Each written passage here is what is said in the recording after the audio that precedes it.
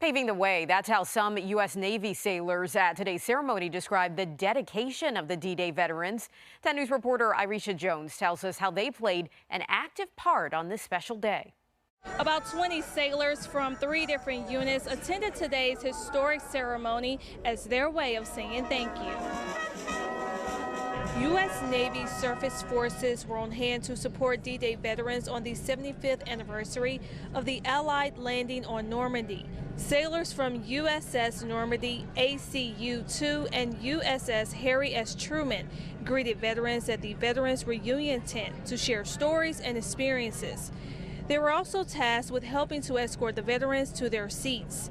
A sailor from Virginia Beach says his great-grandfather landed on the beaches of Normandy the second day, but unfortunately he died before he was able to learn any stories. A huge honor to be here to walk with these guys and talk to all the veterans from World War II.